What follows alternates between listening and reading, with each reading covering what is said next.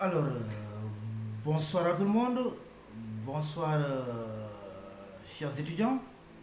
Donc, j'en viens à la troisième et dernière partie du chapitre. On s'était arrêté aux avionneurs. Donc, pour récapituler un peu, le chapitre, on dit que le transport aérien qui nous intéresse, c'est le transport aérien civil, à savoir le transport qui est effectué par des compagnies aériennes. Alors, ces compagnies-là peuvent fixer des points de départ, horaires, itinéraires, escales et points de destination. On les appelle des lignes régulières. De l'autre côté, nous avons les compagnies qui font du transport à la demande, qu'on appelle avion taxi entre guillemets ou bien compagnie charteuse. Ensuite, on a parlé des pionniers du transport aérien, hein, Jean Mermoz, Antoine de Saint-Exupéry, Charles Lindbergh. On a parlé un peu de chiffres de l'IATA, de l'OACI. Pour l'IATA, l'année 2018, c'était 53,9 millions de tonnes transportées, en valeur 59,2 milliards de dollars en valeur. Pour l'OACI, le nombre de passagers, c'est 4,3 milliards transportés, une moyenne de 6, une croissance de 6,1% par rapport à l'exercice de 2017. Ensuite, on a parlé des conventions, convention de Varsovie, convention de Montréal, bien sûr, code de l'aviation civile du Sénégal. Après, on a parlé des organismes internationaux, à savoir, on a parlé un peu de l'OACI, on a parlé un peu de l'IATA, hein. On a dit que tous les aéroports du monde ont un code IATA de 3 lettres et un code OACI de 4 lettres. Ensuite, on a parlé de la SECNA, de l'Eurocontrol et de la FAA. Ensuite, on a parlé des avions. D'accord. On a classé les avions en plusieurs catégories. On retiendra que le Boeing 747 et l'Airbus A340 sont les avions les plus utilisés dans le monde. D'après les statistiques de l'OACI, toutes les 5 minutes, il y a un 747 qui décolle ou bien qui atterrit quelque part dans le monde. On l'appelle the Queen of the Sky. Pourquoi? Parce qu'il est resté pendant 35 ans le seul gros porteur au monde jusqu'à l'arrivée de l'Airbus A380. Ces 4 avions que vous voyez sont les avions de dernière génération. D'accord. Ils ont une autonomie dépassant même la barre des 15 000 km sans escale. Entre autres, l'Airbus A380, qu'on appelle Super Jumbo, le Boeing 787 Dreamliner, qui peut faire jusqu'à 15 600 km sans escale, l'Airbus A350 Extra Wide Body, qui veut dire fuselage extra large, et le Boeing 777 appelé 777, qui a une autonomie avoisinant les 17 000 km, bien sûr. D'accord. Ensuite, on a parlé des compagnies, on a parlé des alliances de compagnies aériennes, SkyTeam, OneWorld, Star Alliance, les intégrateurs FedEx, DHL, UPS, TNT, les avionneurs. On retiendra que Airbus et Boeing ont fabriqué pratiquement 95% des avions en circulation dans le monde. Alors, la troisième et dernière partie, on va parler du document du transport aérien, la LDA. Je précise, on dit lettre de transport aérien, d'accord, en anglais RVB. Il matérialise le contrat de transport aérien entre l'expéditeur et la compagnie aérienne. D'accord. C'est un document qui a été normalisé par le Cargo Service Conference de l'IATA. D'accord. C'est la preuve du contrat de transport aérien, mais elle est toujours émise sous forme non négociable. D'accord. Contrairement au connaissement maritime, la LTA n'est pas un titre représentatif de la propriété des marchandises. C'est juste une preuve du contrat de transport aérien. Alors maintenant, ce qu'il faut savoir, dans les aéroports, si vous allez dans les aéroports, vous voulez expédier 5, 6, 7 colis par voie aérienne, vous allez chez Emirates Cargo. Emirates Cargo va vous demander d'aller à la zone de fret pour voir les groupeurs. Les groupeurs qu'on appelle aussi commissionnaires agréés par l'IATA. Certains aussi les appellent, dans certains aéroports, on les appelle Air Freight Forward, agent de fret aérien.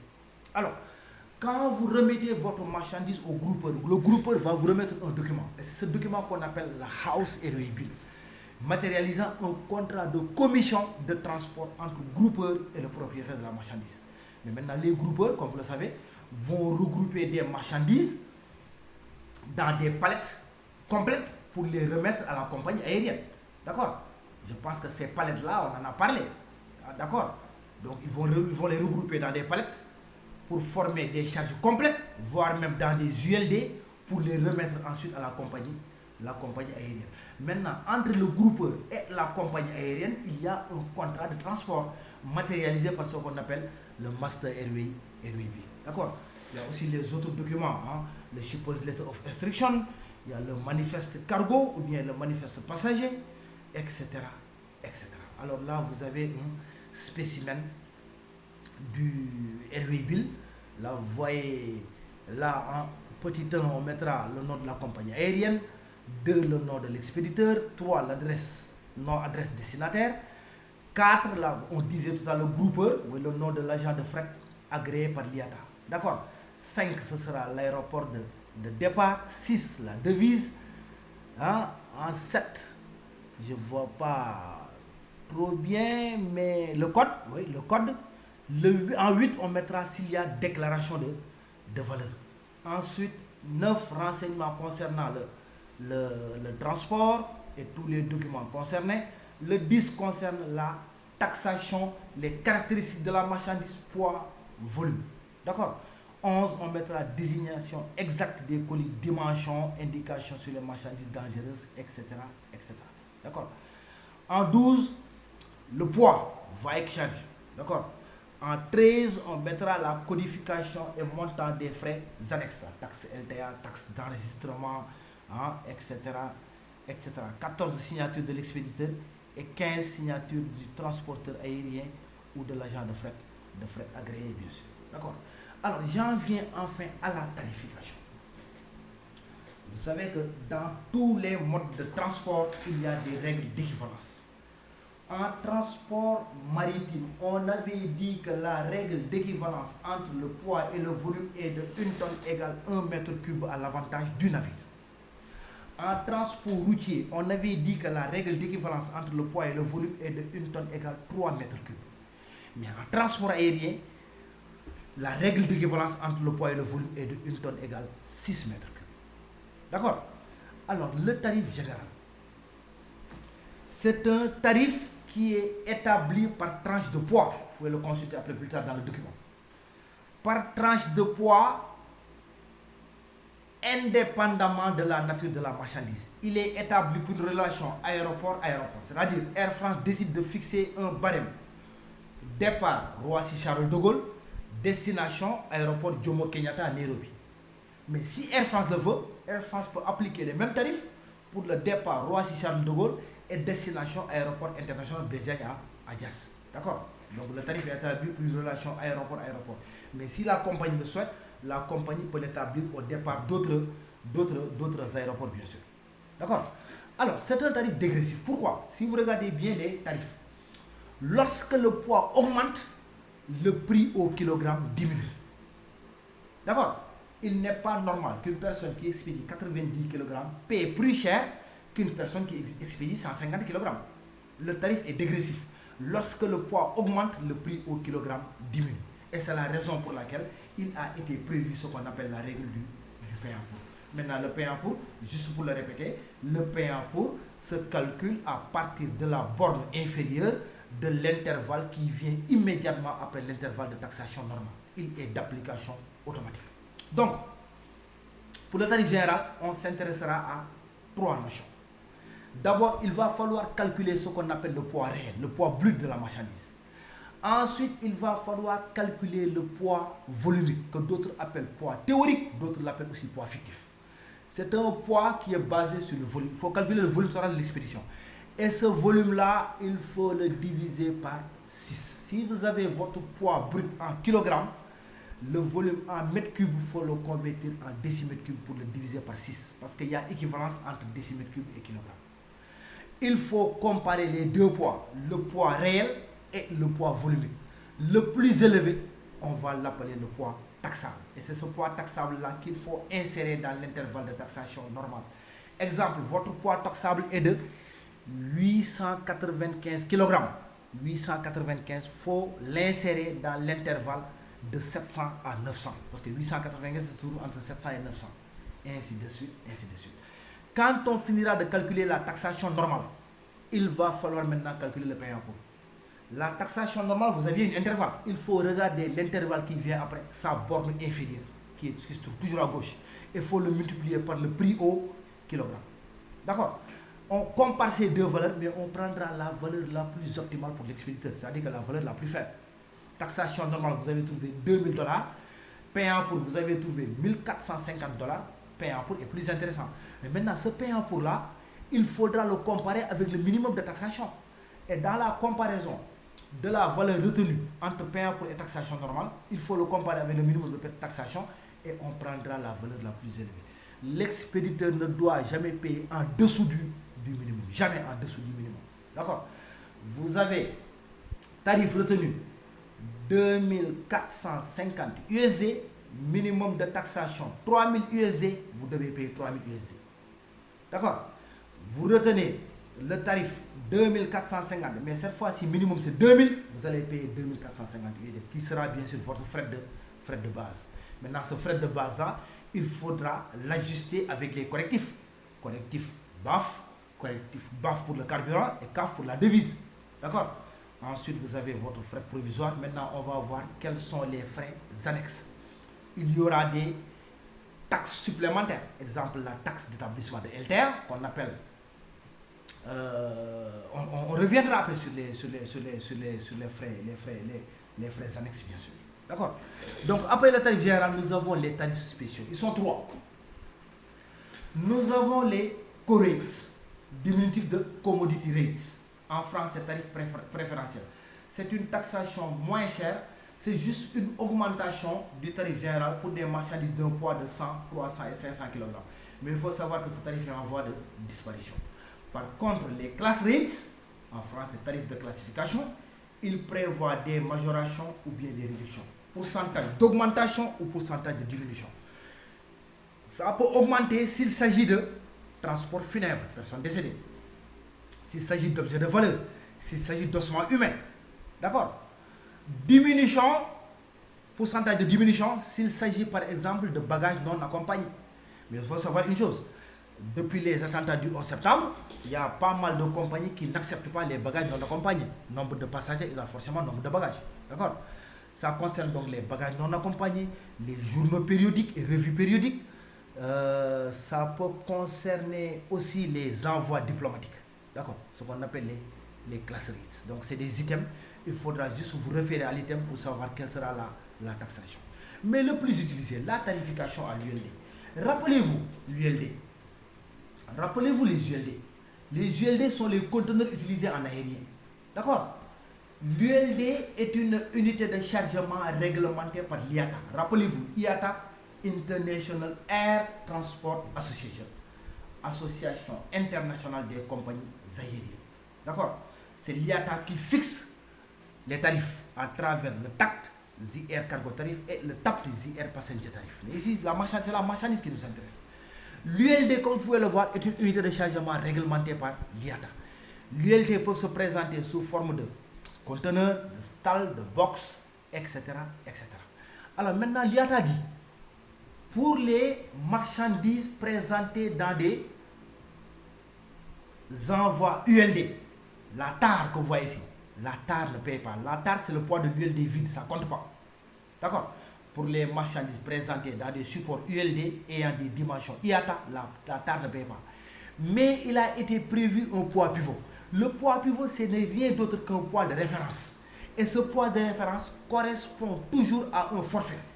Un forfait qu'on peut appeler minimum de perception. Mais attention, ici, le minimum de perception est déjà un élément du frais de base. Parce que le poids pivot correspond toujours à un forfait. D'accord? Mais maintenant, si votre poids réel dépasse le poids pivot, il y a toujours un poids excédentaire. Et la compagnie vous donnera toujours le prix du poids excédentaire. Exemple, vous avez un poids réel de 3000 kg. Mais le poids pivot est de 2800 kg. Et ce poids pivot correspond à 3 millions. Votre poids réel dépasse le poids pivot. Votre poids réel est de 3000 kg, le poids pivot est de 2000. Donc vous avez un excédent de 200 kg. La compagnie va vous fixer un prix du poids excédentaire. Et ce prix du poids excédentaire-là, il faut le multiplier par le poids excédent et ensuite l'ajouter au forfait pour avoir votre frais votre frais de base, bien sûr. D'accord. Maintenant, les ULD, c'est comme les conteneurs. Il y a un plan de chargement des ULD. D'accord. On peut charger les ULD suivant les 6 positions que vous connaissez, à plat, à champ et debout, mais dépendant toujours de la nature de la marchandise. D'accord. Et enfin, il y a les frais annexes. Les frais annexes, ce sont des frais supplémentaires qui font souvent l'objet d'une codification sur la LTA. D'accord. La liste est très longue, la liste est extrêmement longue, mais là j'ai retenu que 5 cibles. AWB, c'est Airway Bill Fee, taxe d'établissement de LTA, certains diront frais fixes LTA. D'accord. RF, Registration Fee, la taxe aéroport, d'autres aussi l'appellent frais d'enregistrement de la compagnie. D'accord. Animal Container, c'est les locations, les stalls. Les stalls, ce sont les cages qu'on utilise pour le transport d'animaux vivants. Oui, les animaux vivants sont transportés par voie aérienne. Et déjà, je précise que les animaux vivants font partie aussi du pourcentage d'augmentation dans des classes rates. Ensuite, il y a les frais d'emballage supportés par la compagnie. Picking, packaging même. D'accord. Maintenant, picking, emballage, packaging, conditionnement. Vous savez que les deux termes sont souvent confondus. ULD handling, frais de manutention de l'ULD. D'accord. Il y a des frais de manutention à origine, au départ, et des frais de manutention à destination, à l'arrivée, bien sûr. D'accord. Donc, qu'est-ce qu'on retiendra pour ce chapitre? On retiendra que le transport aérien est une activité consistant à déplacer des passagers ou du fret par voie aérienne.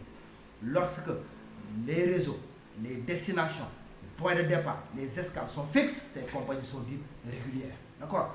Le transport à la demande est l'affaire des compagnies charters ou avions taxi. L'avion est un appareil à bimoteur et dont la sustentation en vol est obtenue grâce à des réactions aérodynamiques. On a classé les avions suivant plusieurs critères, mais on retiendra que suivant la capacité de charge, l'Airbus A340, le Boeing 747 sont les avions les plus utilisés au monde. C'est les avions qui peuvent transporter jusqu'à 500 passagers et jusqu'à 100 tonnes de fret. Nous avons aussi les avions de dernière génération qui sont des très longs courriers, à savoir l'Airbus A380, l'Airbus A350 Extra Wide Body, le Boeing 797 Dreamliner, le Boeing 777. D'accord. Je terminerai par les aéroports. Vous savez que les aéroports sont des ensembles de bâtiments et de pistes aménagées pour assurer le service du trafic aérien. Parmi les grands aéroports au monde, vous savez que les routes aériennes les plus fréquentées au monde se trouvent soit en Asie du Sud-Est, soit sur l'Atlantique Nord. Je retiendrai les 5 géants américains. Parmi les 5 géants américains, je retiendrai l'aéroport Hartsfield-Jackson, qui est le premier aéroport au monde suivant le nombre de mouvements d'avions. Je retiendrai l'aéroport Chicago-O'Hare, dans l'état de l'Illinois, l'aéroport New York JFK, à New York, John Fitzgerald Kennedy, l'aéroport Dallas-Fort Worth, au sud des États-Unis, au Texas. Le 5e géant, je suis en train de choisir parce qu'il y en a tellement de gros aéroports. Donc JFK, Chicago, O'Hare, Hartsfield-Jackson, Dallas-Fort Worth et l'aéroport LAX, l'aéroport de Los Angeles. D'accord. En Europe, je retiendrai aussi 5 géants. Parmi les 5 géants européens, le numéro 1 européen, l'aéroport international London Heathrow, d'accord, à Londres. L'aéroport Frankfurt am Main, en Allemagne, l'aéroport de Francfort. L'aéroport Roissy-Charles de Gaulle, en France. Paris. L'aéroport Schiphol, à Amsterdam, sans oublier l'aéroport Atatürk, à Istanbul. D'accord. En Asie, je retiendrai l'aéroport international de Pékin et l'autre aéroport de Pékin, le nouveau, l'aéroport Pékin-Daxing avec 6 pistes d'atterrissage, bien sûr. D'accord. Je retiendrai aussi l'aéroport Incheon à Séoul et j'oublie pas l'aéroport Chep Lap Kok à Hong Kong, sans oublier l'aéroport de Singapour, l'aéroport de Taïwan. Dans le golfe arabo-persique, je retiendrai l'aéroport King Abdul Aziz à Jeddah qui bat des records chaque année pour l'ordre des pérégrinations à la Mecque, l'aéroport international de Dubaï, sans oublier l'aéroport Indira Gandhi en Inde, l'aéroport de Jakarta, l'aéroport de Islamabad, etc., etc. En Afrique aussi, je retiendrai 5 géants. Vous savez qu'en Afrique, à chaque fois qu'on parle de transport, que ce soit maritime, aérien, c'est toujours les Maghrébiens qui dominent. Et quelques quand même pays de l'Afrique du Sud, du Sahara. Je retiendrai alors Ethiopian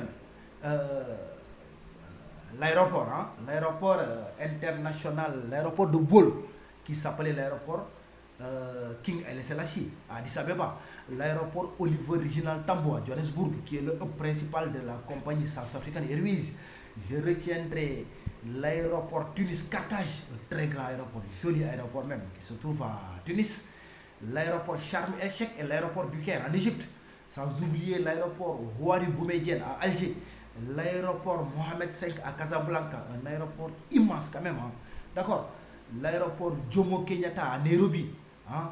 Hein? Donc j'oublie pas aussi l'aéroport Murtala Mohamed à Lagos, d'accord. Et je terminerai quand même par l'aéroport Jomo Kenyatta à Nairobi. D'accord. Donc pour savoir les grandes compagnies aériennes africaines, ils fréquentent les grands aéroports, hein. D'accord. Donc c'est Tunisair, c'est Egyptair, c'est Royal Air Maroc, c'est Ethiopian Airlines, c'est South African Airways, c'est Nigerian Eagle Airways, etc., etc. Donc pour résumer, en conclusion, on retiendra que le transport aérien est une valeur sûre de la mondialisation de l'économie. D'accord. La libre circulation des passagers a été assurée, a été garantie, a été préservée par le rôle joué par les transports aériens internationaux, bien sûr. Le transport aérien est un mode de transport très rapide, très sécurisé aussi. De l'autre côté, quand même, il a des inconvénients, à savoir sa capacité de charge très, très limitée, bien sûr. D'accord. Donc je vous remercie, et ce qui met fin à ce chapitre portant sur les transports aériens internationaux. Merci beaucoup et à très bientôt pour un autre chapitre.